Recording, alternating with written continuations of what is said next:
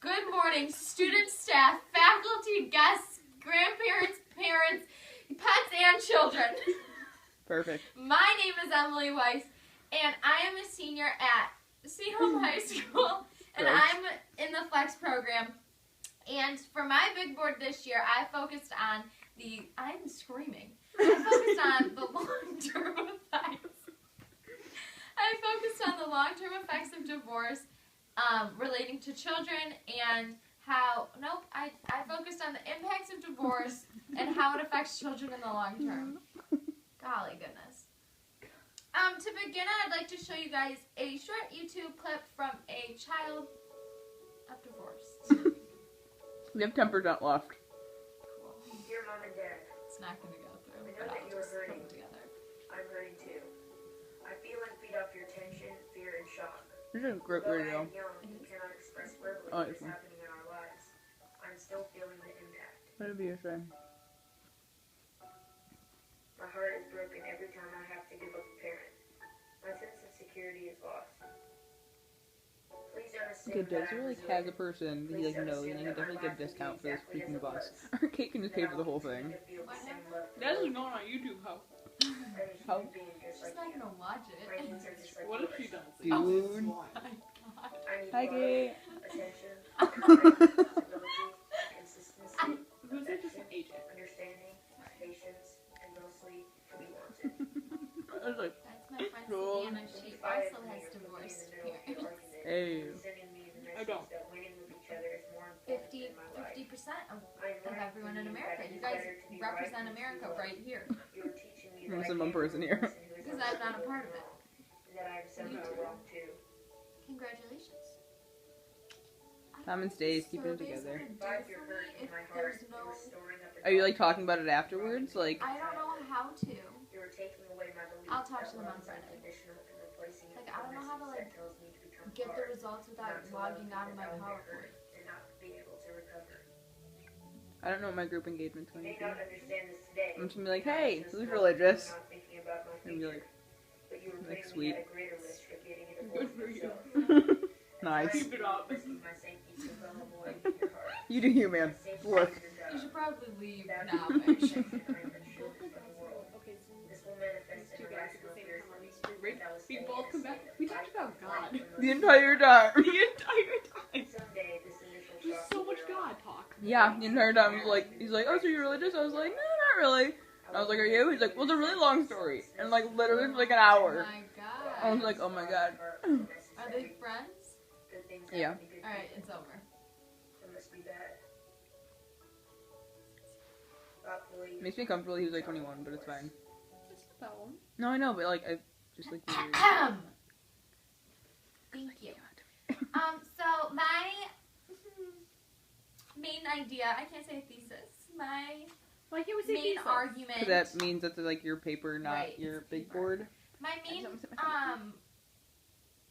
concept my main focus throughout this presentation is that although a good number of people in society are deluded, oh my god, I got it, are deluded in thinking that divorce only places short-term effects on children, the impact that it leaves is much more long-term for various reasons.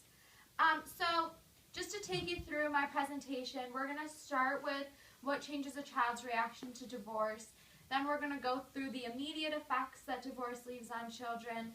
Then we're going to focus on how they impact relationships. We're going to talk about the future, the opposing argument that we have, and then the service learning project that I did. But really quick, I would like for you all to go to this link, and if you don't mind, if you have a smartphone or a tablet, if you could go to this link, and if you could just fill out a short survey, just so I know the statistics of the room and see how they align with America. Alright, we can talk for a minute. Because, you know, Taking their survey, we're taking our survey. filling it out. Technical difficulties. That'll get you. Teresa, go use the restroom. Teresa. Words are She's so- gotta If talk you to do that, cover that it in up. my big board while they're taking it, I actually will force you to leave. Hey, you're at 4 minutes and 50 seconds. Look at you. Oh God, oh God, oh God. Oh God. They're gonna say my intro's too long. They're probably gonna nitpick. They're gonna be. They're probably gonna say my entire thing is terrible, and I'm gonna get an E. All right, continue. Do you think it's... I'm done with your We are survey. done with the survey. Okay, you guys finished the survey. Okay, great. So to begin with, we're going to start with the children's reactions to divorce. The Okay. first ones are ones that are inevitable, and they are age, gender, and mental disorders. Continue. Okay. So age is a very big factor for divorce, for how children react to divorce, because the younger that a child is when they get divorced, the harder that they have understanding the divorce, therefore the harder that they have to, like, understand everything that happens to them afterwards. But for older kids, they understand it more, so for them it's harder for them to cope because they do understand, like, what their life is going to be like afterwards and, like, all the negative and changing lifestyles that, whatever, blah, blah, blah. Gender-wise, putting all stereotypes aside, boys tend to lash out their feelings more while girls tend to stay within, just generally speaking. So boys will usually lash out and become aggressive, whether it's in school or at home or towards adults or towards their friends, when they're dealing with these difficult times, while girls will stay more to themselves. So therefore, they have a higher chance of getting mental disorders such as anxiety or depression because of that. And then mental disorders also impact how a child will react because actually 80% of teens in mental hospitals and 60% of children in psychiatric clinics are products of divorce. So therefore, they'll react differently to divorce. Blah, blah, blah. They will stop recording me. Hi. They will react differently to divorce than someone who, whatever, blah, blah, blah. Okay, guys? Blah, blah, blah. Stop recording. Hi! Okay, so then there's immediate effects. If you look at this graph right here, this is probably the most immediate effect divorce places, and it's very regular for all families. It shows that before divorce, the average annual income is around $43,600, and right after divorce, immediately after the effect, that drastically decreases to around $25,300. So that's almost half of their income is decreased. So because of that, that can place extreme financial strains on the family. Along with that, older children often have to act as that lost parent role. So older children often have to act as that lost parent and provide emotional stability for both their parents while they go through this tough divorce and the younger kids that they have to take care of. So this can lead to feelings of inadequacy because they will not be able to reach these physical and emotional expectations that their parents unconsciously place on them. Along with that, there's diminishing relationships. Parenting time is extremely decreased, whether it's like a 50-50 split or a 75-25 or a 90-10. Parents still see their children less, so therefore the relationships that were once well and established can be diminished. And also there's an absent father role, which can also create a loss of relationship there because too often the father just gets up and leaves in a time of divorce. Also, another immediate effect is coping with it, and younger children often have a harder time or have a different way of coping with it than older children do. Their coping usually entails confusion, and confusion leads to frustration, and frustration leads to anger, so they'll tend to cope with their feelings by lashing out just like boys kind of do, while older children can often have a period of reflection where they understand what's going to happen and they have to reflect upon what happened and the life that they are going to lead in the future. There are a few things that parents can try to do to minimize all these psychological or all these immediate effects. The first one is communication, and that's basically just talking your kids through the process, letting them know how it is, letting them know that it's not their fault, and giving a open communication between you and your kid, or between the parents and the kid. I always say you, and it's bad because I'm not talking to them. Anyway, between parents and the kid, that way they know what their kid is feeling, and the kid knows like where the relationship is headed. Along with that, conflict shown to the kids is very important. By minimizing the conflict that you show that you and your ex-spouse or that ex-parents are having between each other to their kids, the more secure and safe and loved they will feel. Okay, cool. Also, there are effects that cannot be helped or minimized, and those are ones that go further back in the brain, and those are the psychological effects. Those have to deal with obesity or becoming overweight and illnesses. Children of divorce are 54% more likely to be overweight or obese just by the act of divorce alone. This can be due to the financial issues that it places on families, resulting in them purchasing less healthy foods because they're cheaper, or it can also be due to the stress that occurs right after divorce. Along with the stress side of it, there's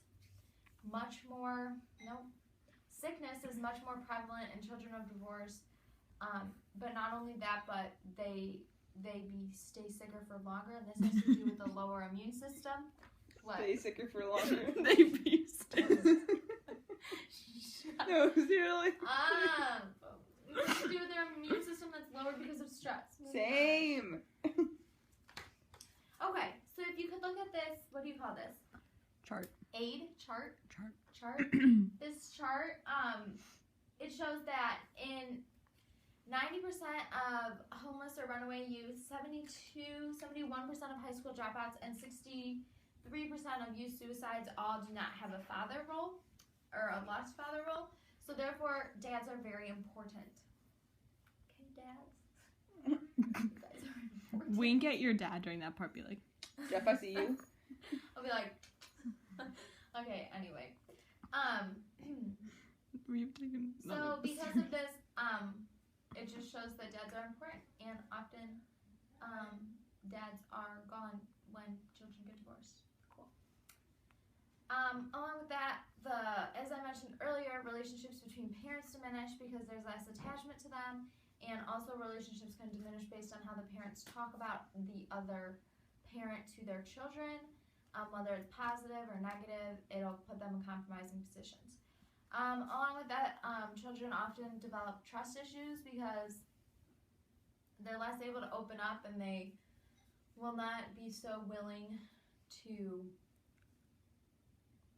open up. Cool. Also, friendships, whether they have been recently, or friendships will often be called in previous friendships will often be called into question, whether they're worth it or not, and children often become distant because they realize what such a loving relationship can turn into. Well, okay. So now the future. As I mentioned earlier, the economic or financial status of a family can dramatically decrease, and this can often put families into poverty. And as many people know, the poverty cycle, poverty often tends to be in a cycle where it's very hard to get out of. So this can actually keep children in poverty in their lifetime. Along with that, some children are afraid of marriage, and so they will not get married just because they fear what happened to their parents will happen to them, because they are so much more likely to get a divorce if they do get married. With that being said, they also have higher stress levels, less likely of a chance to succeed academically, and there have been studies to show that they often, while they move forward with it, they do not forgive their parents for it. There was a study done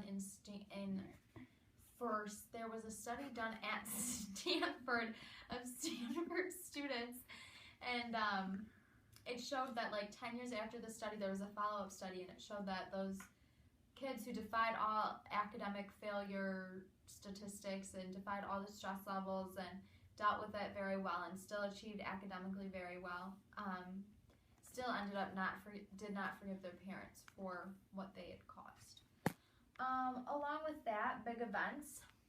which are very important, are often not seen as a celebration, but they can be worrisome, such as events like what marriages, graduations, even let's say this big board is something that's supposed to be celebrated and exciting, but they're often nervous because of their parents being in the same room together. So yeah, and here's a video clip to show that. Forged this fragile peace between them. Fragile peace? They always made a mess of everything. Like all holidays, graduation, funerals. I remember the funeral incident, and I maintain that funerals need to be about the person who died. Right. And I got smart over the years. I started coming up with ways to avoid situations like this. Like Thanksgiving, who am I going to spend Thanksgiving with? Well, they think I'm in Honduras building schools with the U.S. CARES program, but little did they know the U.S. CARES program doesn't exist. So, Sounds real. yeah, I got it figured out, but I don't know, this wedding, it's risky. I guess I'm just looking for some advice. I don't know, someone to talk to super quick to figure out how to survive the next few months. I can absolutely recommend somebody. Find a tenant. Yeah. Well, I thought you just. Oh, I meant to skip that a while ago. Backstory. But I'm not a therapist. Why does it keep going? I don't know that. But you were my therapist. Oh, no. No, is that what they told you? I'm not a therapist. Okay. Sorry. Okay. So the three main opposing arguments that I found while doing my research, is it okay to say that? Okay. Was that there's normality with time, the divorce can lead to better things for children, and it's better than the constant bickering that they were once surrounded by. Well, pretty much there is no normality with time because, as I just showed in the previous slide, the future is still drastically impacted due to the divorce. I'm not sure what better. How do I say that? Wait, what are you trying to say? That can lead to better things. You know how I can't say I'm not sure what better things it would lead to. For the normality thing, or No, can lead to better things.